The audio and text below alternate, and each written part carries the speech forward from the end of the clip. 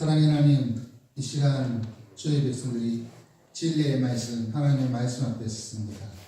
전하는 종의 입술을 주장하여 주셔서 성령의 충만함으로 하나님의 말씀을 가감없이 바르게 전케 하십니다. 듣는 종들의 또한 마음을 주장하여 주셔서 하나님 동일한 성령의 충만함으로 하나님의 말씀으로 받아들이고 또한 믿음으로 고백하며 서로 아멘으로 화답하며 하나님의 말씀의 은혜에 잠기는 귀한 시간 되게 하여 주옵소서. 이 모든 것을 예수님의 이름으로 기도드립니다. 아멘. 예, 사랑하는 지금까지 여러분은 언제 믿음이 나는 좋다라고 느낀 적이 있습니까? 아니면 나는 믿음이 부족하다라고 느낀 적은 언제였습니까? 살면서 한 번씩은 내가 믿음이 부족하구나 이렇게 느낄 때가 있었을 줄로 믿습니다. 아플 때, 남에게 상처받았을 때, 또는 경제적으로 힘들었을 때, 기타 등등 어려운 상황에 처했을 때 나의 믿음이 이 정도밖에 되지 않았나 이렇게 좀 한심스럽게 느낄 때도 있었을 것이라 생각해 봅니다. 어떤 상황에 내가 어떻게 행동하느냐, 그것을 통해 다른 사람도 그렇고 나도 그렇고 내가 믿음이 어느 정도인가 생각할 수 있는 그런 판단 기준이 될 것이라 생각합니다. 흔히 이런 말을 합니다. 남자는 군대 갔다 와야 믿음이 제대로 된 믿음인지 알 수 있고, 여자는 시집 가봐야 제대로 믿음인지 알 수 있다. 제가 평신도로 예습실 간사 사역을 했을 때 일입니다. 제 제자 중 한 명이 이제 졸업반이 되었습니다. IMF가 지나고 2000년 딱 초반이었습니다. 2000년이었던 걸로 생각됩니다.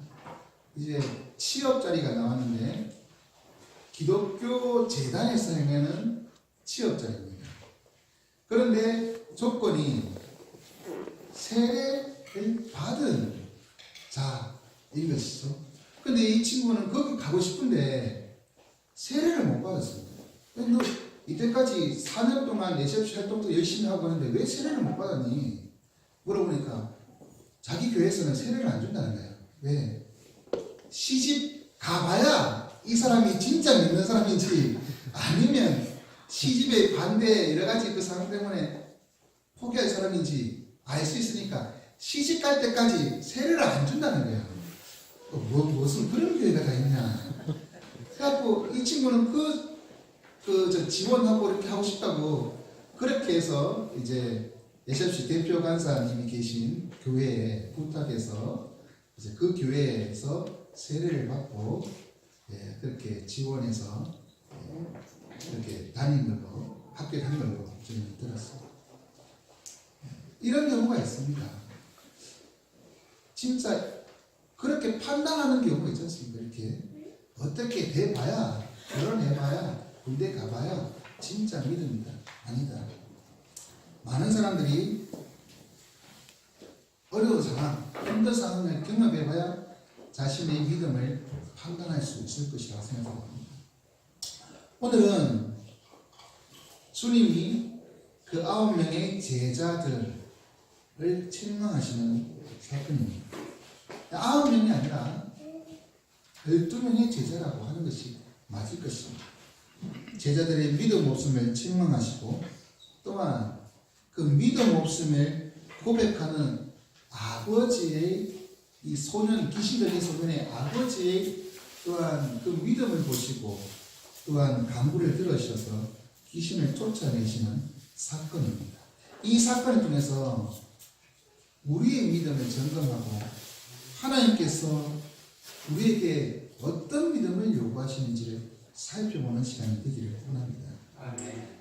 먼저 이 사건은 예수님이 변화산 사건에 베드로와 야고보, 요한을 데리고 그렇게 떠나시고 난 이후에 일어난 사건입니다.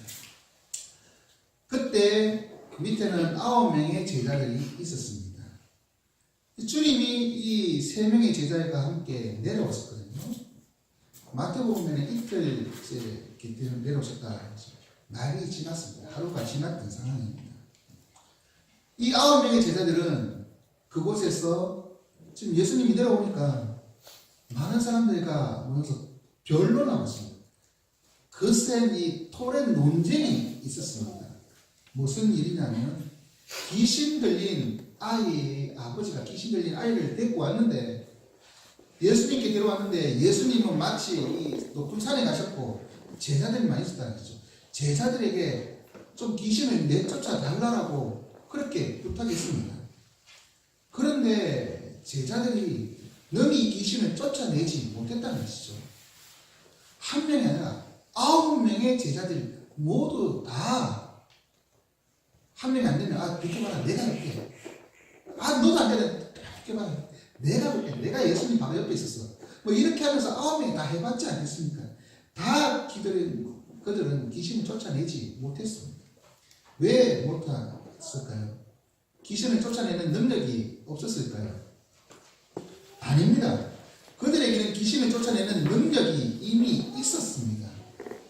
마가복음 6장 7절에 보면 예수님께서 전도대를 파송하실 때 이 제자들에게 더러운 귀신을 제어하는 능력을 주시고 보냈습니다. 그리고 6장 13절에는 실제로 이 능력을 가진 제자들이 가서 많은 귀신을 쫓아내었다라고 그렇게 기록하고 있습니다. 증언하고 있습니다. 그들은 이미 귀신을 쫓아내는 그런 능력이 있는 자들입니다. 그럼 왜 그들이 지금은 귀신을 쫓아내지 못할까요? 베드로와 같은 수제자 그룹이 아니기 때문에 그럴까요? 아닙니다.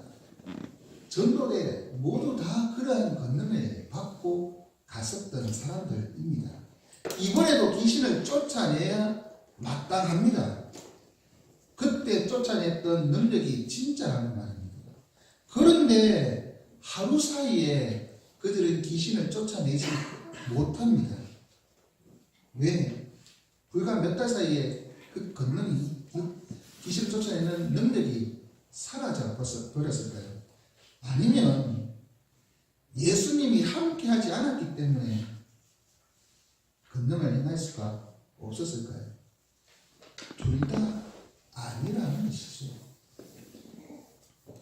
주님이 그들에게 주신 능력을 주님이 다시 거둬가지 않았습니다. 그들은 그런 능력을 갖고 있습니다. 그리고 그들이 12명의 제자들이 전도대로 갔을 때도 주님은 일일이 따라다니지 않았습니다. 보냈었습니다. 자기들끼리 허락해서 귀신을 쫓아내고 행했습니다. 주님이 함께 있느냐 없느냐 이것은 중요한 문제가 아니었습니다. 문제는 그들 자체에 하자가 생겼다는 것입니다. 그것을 알지 못한 제자들은 한 명씩 한 명씩 그 귀신을 쫓아내려고 애썼을 것입니다. 하지만 귀신은 쫓겨나지 않았습니다. 그런 일 때문에 이 제자들 무리에 제자들 사이에 많은 무리들이 모여서 변론하고 있는 것입니다. 심지어 서기관들까지 와서 논쟁하고 있는 그런 모습입니다. 이전까지 주님이 그리고 제자들이 귀신을 쫓아내었다라고 하는데 소문은 그렇게 들었는데 보니까 아니네. 너 이때까지 거짓말한 거 아니야? 짜고치고 고스톱한 거 아니야? 그렇게 의심 품고 따질만 하면 이 변론은 그냥 말하는 것이 아니라 그 싸우듯이 논쟁하는 것을 얘기하고 있기 때문이시죠. 이런 장면을 보신 주님은 그들에게 믿음 없는 세대, 내가 얼마나 너희와 함께 있으며 얼마나 너희에게 참으리라고 책망하고 계십니다. 여기서 믿음 없는 세대는 누구를 말할까요? 이 제자들을 1차적으로 말할 것입니다. 하지만 세대라고 할 때 이 세대는 또한 일반적인 대상입니다. 믿음 없는 너희들 이렇게 하는 것이 아니라 믿음 없는 일반적인 그 사람들, 전체적인 제자뿐만 아니라 우리를 포함하는 말씀입니다.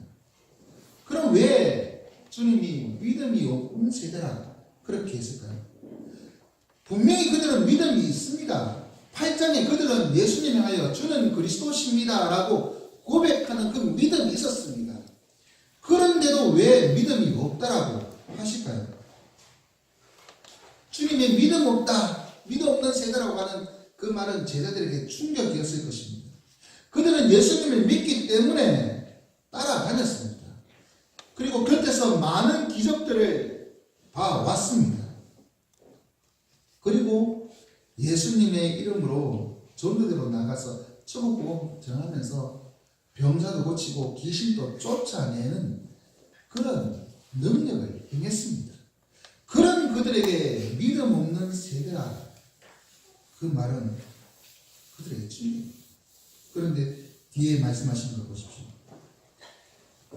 내가 얼마나 너희와 함께 있으며 얼마나 너희에게 처음이요. 잠시 떠난 이때도 제대로 믿음으로 살지 못하는데 내가 죽어 너희를 떠나면 너희는 과연 믿음으로 살겠느냐, 답답해서 하시는 말씀입니다. 그 왜 믿음이 없는 세대라 할까요? 능력을 받았음에도 불구하고 그 능력을 제대로 사용하지 못하는, 아마도 전에 받은 능력을 자신의 것으로 착각했을 것입니다. 주님은 그러한 그들을 위하여 믿음 없는 세대라 그렇게 책망하고 있는 것입니다. 믿음 없는 세대에서 벗어나기 원하시는 우리 지금가족 여러분, 하나님은 우리에게 성령을 부어주셨습니다. 성령의 능력을 부어주셨습니다. 그런데 필요한 순간 이 능력이 나타나지 않는다면 성령의 잘못입니까? 하나님 잘못입니까? 내 잘못입니까? 나에게 하자가 있는 것이죠. 전적으로 우리 잘못입니다. 우리의 믿음 없음 탓입니다. 아무리 입술로 주는 그리스도십니다라고 고백했어도 고백에 따른 믿음의 행위가 없으면 믿음 없는 세대입니다. 믿음 없는 사람인 것입니다.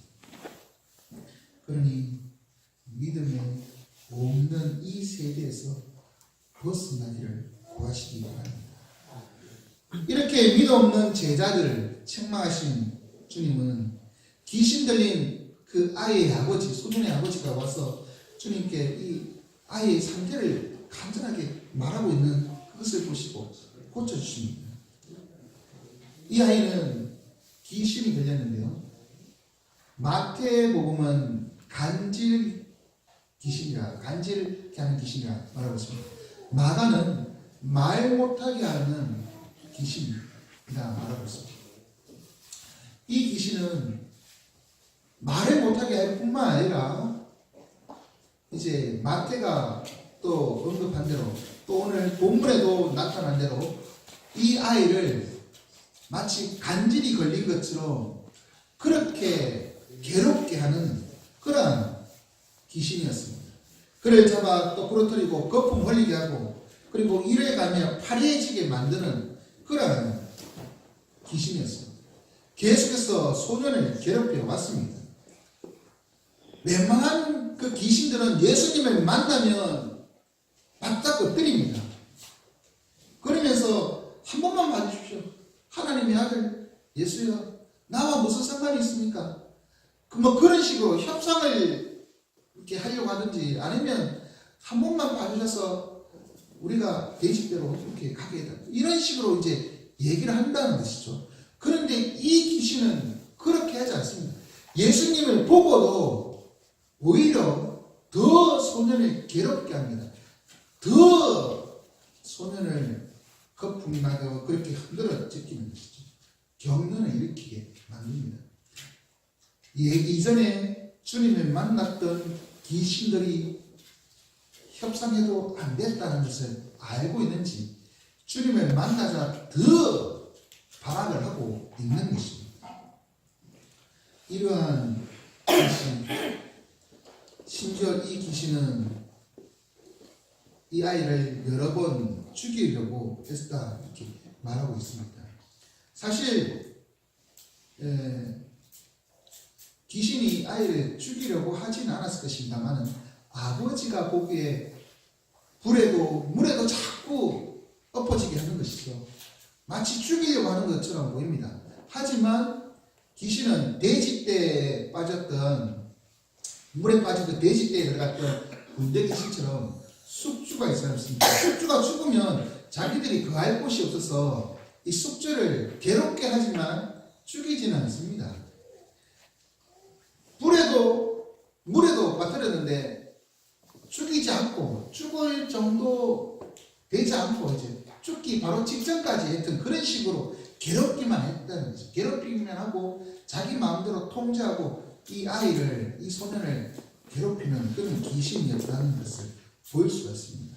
그런데 그것을 본 아버지의 심정은 마치 이 아이를 죽이려는 듯이 그렇게 괴롭고 있다. 이 아이가 너무 괴로워 도무지 참을 수가 없어서 이 아이를 데리고 예수님께로 온 것입니다. 예수님만 안 계시고 제자들만 남았기 때문에 부탁했는데 아무도 아이를 고치지 못했습니다. 그래서 주님께 부탁합니다. 바랍니다. 무엇을 하실 수 있거든 우리를 불쌍히 여기서 도와주소서. 여기서 무엇을 하실 수 있거든 이라는 말은 하나님 예수님의 그 의지가 있으시거든 하실 의지가 있으시거든 그런 말씀이 아닙니다. 하실 능력이 있나요? 자포자기한 심정입니다. 제자들에게 갔는데 제자들 9명이 실패했는데 스승 1명 할 수 있겠나? 하실 수 있거든. 그런 능력이 있을까? 의심하면서 하는 말이 바로 이 말입니다. 하실 수 있는 능력이 있다면 도와주세요. 불신앙적인 말입니다. 그럼 어떻습니까? 그렇다고 해서 완전히 믿음이 없는 사람이라고는 할 수 없습니다.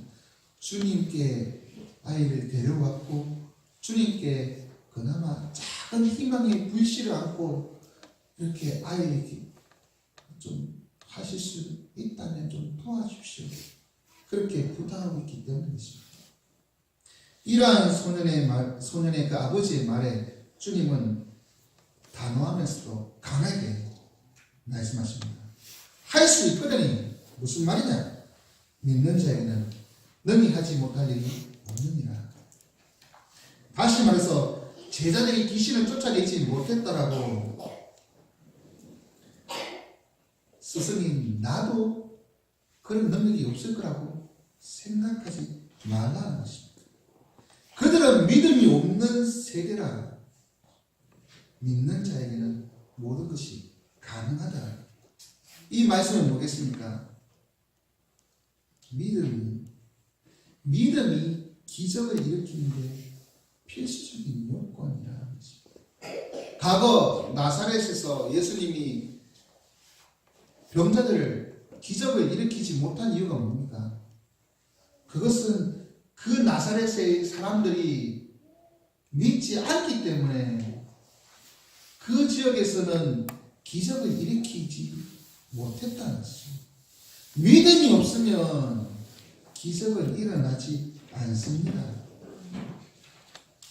그래서 주님은 믿음을 요구하고 있는 것입니다.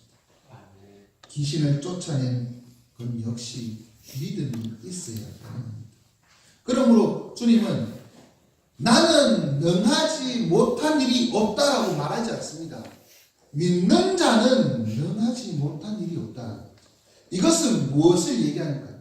자신이 못한 일이 없다는 것이 아니라 주님의 기적을 바라보는 너의 믿음이 있느냐? 너의 믿음이 있다면 기적은 일어난다는 것이죠. 우리의 믿음을 요구하고 있는 것입니다. 믿는 자에게는 능치 못한 일이 없는 것입니다. 주님은 본래 능치 못한 일이 없으십니다. 근데 그 주님을 믿는 믿음이 우리에게 있는가? 그것을 우리에게 말씀하고 있는 것입니다. 믿음이 있어야 됩니다. 믿음이 있으면 기적을 경험하게 됩니다. 아멘. 그래서 소년의 아버지는 재빨리 내가 믿나이다 그렇게 외치는 것 아니겠습니까? 그리고 그 외침에 주님은 이 아이를 귀신에게서 해방시켜 주셨습니다. 믿음으로 살아가는 지연 가족 여러분, 믿음이 없는 세대에서 어떤 믿음으로 살아가고 계십니까? 주님이 우리에게 요구하시는 것이 무엇이겠습니까? 우리에게 땅덩어리를 달라, 집을 달라, 재물을 달라, 그걸 요구하시겠습니다. 믿음을 요구하고 계실 뿐입니다. 믿음일 뿐입니다. 그러니 믿는 자에게 기적이 일어나는 것. 기적은 믿는 자에게 기적이 아니라 상식이 될 것입니다. 하지만 믿지 않는 자에게는 기적은 진짜 불가능한 기적이 될 것입니다. 주님은 우리에게 믿음을 요구하시고 믿음으로 하나님의 놀라운 역사를 경험하기를 요구하고 계십니다. 그러면 우리의 믿음이 어떻게 자랄 수 있을까요? 어떻게 하면 믿음 있는 자가 될까요? 이 소년의 아버지의 고백을 보십시오. 나는 내가 미사입니다 라고 고백했습니다. 그는 분명히 내가 믿나이다 라고 말하고 있으면서 곧이어서 나의 믿음 없음을 도와주소서 라고 외칩니다. 믿습니다. 믿음 없습니다. 이 말이 안 맞지 않습니까? 그렇죠? 나는 믿습니다. 나는 믿음 없으니 도와주세요. 분명히 말이 틀립니다. 앞에 말하고 뒤에 말이 틀립니다. 나는 믿음 없습니다. 도와주십시오 하든지 아니면 나는 그냥 믿습니다. 도와주십시오. 이렇게 하는 것이 어법이 맞을 것 같습니다만 이 소년의 아버지는 믿습니다. 나의 믿음 없음을 도와주옵소서. 그렇게 외치고 있던 것이죠. 이것이 주님이 원하는 외침, 고백이었습니다. 그래서 귀신을 쫓아내 주셨습니다. 이것은 8장에 주는 그리스도시라고 고백했던 제자들, 하지만 믿음 없는 세대라고 책망받았던 이 제자들과는 반대되는 모습입니다. 왜 그럴까요? 그는 믿는다고 고백하면서 그럼에도 불구하고 자신의 부족함을 하나님께 그대로 아뢰습니다. 나의 믿음 없음을 도와주옵소서. 즉 자신의 믿음을 더 해달라고, 부족한 믿음을 더 굳세게 해달라고 그렇게 강구하고 있는 것입니다. 반대로 나는 믿는다 자랑하는 사람들은 자랑하는데 자신의 믿음을 가대평가합니다. 하나님 향한 믿음을 말은 하고 있지만 그런데 실제로 보면 가대평가에서 그것에서 더 나아가지 않습니다. 나는 믿음이 가득 찬 것처럼 더 이상 나에게 들어올 믿음이라고 하는 것은 더 들어올 필요가 없는 것처럼 착각합니다. 믿음의 사람은 나는 믿습니다. 하지만 나는 믿음이 부족합니다. 나의 믿음 없음을 도와주옵소서. 나에게 믿음을 더하여 주옵소서. 그러한 고백들, 그러한 하나님을 더 간절히 붙잡는 그러한 모습이 있어야 한다는 것입니다. 주님은 그러한 믿음을 요구하고 있습니다. 그리고 믿음 없는 제자에게 주님은 이 귀신 쫓아내시면서 이 소년을 통하여 다시 한번 믿음을 암시적으로 가르쳐 주고 있습니다. 왜냐하면 귀신이 쫓아나가면서 이 아이를 심히 경련을 일으키게 했습니다. 그 아이가 마치 죽은 것처럼 되었습니다. 26절에 보면 이 아이가 죽은 것처럼 되어 많은 사람들이 말하기를 죽었다. 그런데 예수님께서 그 손을 잡아 일으키시니 이에 일어섭니다. 죽었다. 그리고 일어서니라. 이 말은 죽음과 부활에 대한 이미지를 갖고 있습니다. 일어선다라는 그 말은 바로 부활에 사용하는 단어를 쓰고 있다는 것입니다. 이것을 통해 제자들에게 신앙 고백 이후에 죽었다가 3일 만에 다시 살아나는 자신에 대해 예고하신 것을 다시 한번 가르쳐 주고 있습니다. 죽은 자가 살아나는 것. 이 소년의 이 기적을 보고 너희들도 깨달아. 너희들도 이것을 보고 깨닫고 믿음이란 죽으심과 부활에 대한 믿음, 그 있어야 한다는 것을 암시적으로 가르쳐주고 있는 것입니다. 그리고 제자들이 주님께 우리는 어찌하여 너희 그 귀신을 쫓아내지 못했습니까? 라고 물어보는 제자들에게 강력하면서 핵심적인 말씀을 하지 않습니까? 기도 외에는 다른 것으로 이 논리와 나갈 수 없느냐. 기도를 강조하시는 말씀입니다. 제자들은 왜 믿음 없는 세대라고 불렸는지 보여주는 것이죠. 이 말은 그들이 귀신 들린 아이를 놓고 9명이 그렇게 힘을 썼지만 기도하지 않았다라는 것을 보여주고 있습니다. 그들은 귀신 쫓아내는 능력이 있었습니다. 그 능력만 믿고 하나님께 기도하기를 잊었다는 것이죠. 자신의 능력만을 생각하고 능력만을 의지한 자들입니다. 하지만 믿음은 내가 무슨 능력이 있느냐, 내가 무슨 힘이 있느냐, 이것을 자랑하는 것이 아닙니다. 믿음은 내가 능력이 있어도 힘이 있어도 하나님을 신뢰하고 하나님을 의지하는 것이 믿음입니다. 그러한 믿음은 기도로 나타나는 것이죠. 기도는 바로 믿음의 사람들이 행하는 믿음의 힘인 것입니다. 믿음으로 기도로 자신의 믿음이 드러나게 되는 것입니다. 기도하지 않으면 어떠한 기적도 경험하기 힘들 수도 있습니다. 나의 힘과 능력을 의지하면 실패하기 때문입니다.